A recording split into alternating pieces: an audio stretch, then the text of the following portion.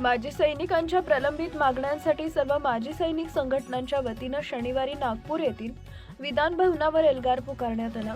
या आंदोलनात राज्यातील प्रत्येक जिल्ह्यातून माजी सैनिकांचे प्रतिनिधी सहभागी झाले होते।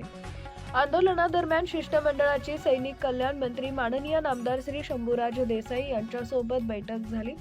या बैठकीत माजी सैनिकांच्या प्रलंबित मागण्या लवकरच मार्गी लावण्यात येतील असं आश्वासन मंत्र्यांनी दिले।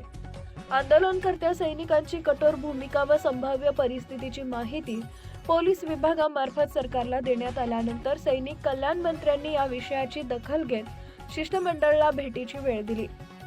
बैठकीत राज्यपाल कोट्यातून किमान 2 माजी सैनिकांना आमदार म्हणून विधानसभेत पाठवणे, शहीद झालेल्या किंवा सेवेच्या कालावधीत आकस्मिक मृत्यू पावलेल्या सैनिकांच्या पत्नी अथवा पाल्याला सरकारी नोकरी देणे, तसेच सरळ सेवा भरतीमध्ये माजी सैनिकांसाठी असलेला 15% आरक्षित कोटा इतर वर्गांना न वळवता माजी सैनिकांनाच देण्यात याव्या, या प्रमुख मागण्या मांडण्यात आल्या। दिनांक 14 डिसेंबर रोजी अधिवेशन समाप्तीनंतर राज्यपाल कोट्यातून 2 माजी सैनिक आमदार म्हणून पाठविण्याबाबत मुख्यमंत्र्यांशी चर्चा करून निर्णय घेण्यात येईल असं आश्वासन सैनिक कल्याण मंत्र्यांनी दिले।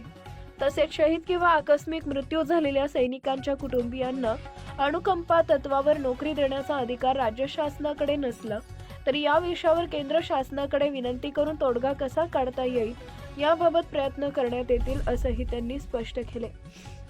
विधान भवनात झालेल्या या बैठकीसाठीच्या शिष्टमंडळात डायरेक्टर माजी कमांडो पद्माकर चंदनशिवे, कॅप्टन कमलेश्वर दाभाडे अध्यक्ष, सुचिताताई भोयर प्रवक्ता, गुणवंत सोमकुवर, विपिन मोघे, शांभाऊ परसोळकर यांच्यासह अन्य मान्यवरांचा समावेश होता।